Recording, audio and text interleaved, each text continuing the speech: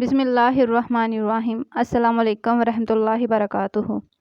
محترم ناظرین، اللہ تعالیٰ نے اس پوری کائنات کو تخلیق فرمایا اور اس پوری کائنات کو بنانے کا اور اس میں جو بھی موجود حیوانات، نباتات، سب کچھ وہ بنانے کے پیچھے کوئی نہ کوئی مقصد ضرور رہا ہے۔ کچھ بھی اللہ تعالیٰ نے اس پوری دنیا میں بیکار نہیں بنایا ہے۔ آج ہم جس چیز کے بارے میں اور جس چیز کی پیدائش کے بارے میں بات کریں گے وہ ہے بلی۔ بلی کی پیدائش کا حیرت انگیز راز کہ اللہ تعالیٰ نے بلی کی کب پیدا فرمایا اور اس کو اس دنیا میں کب تخلیق کیا۔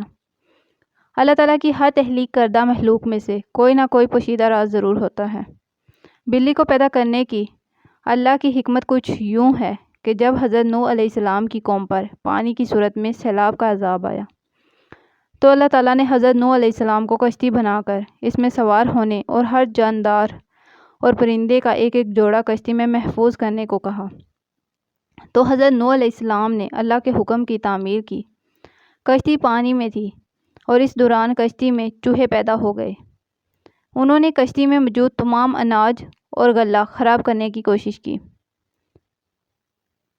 اس کے ساتھ ساتھ کشتی کو کاٹنا شروع کر دیا، جس کی وجہ سے کشتی میں پانی داخل ہونے کا خدشہ پیدا ہو گیا۔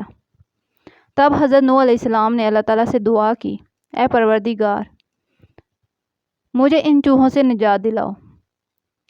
اس وقت اللہ عز و جل نے حضرت نوح علیہ السلام کو حکم دیا کہ کشتی میں موجود شیر کی پیٹھ پر ہاتھ پھیرو۔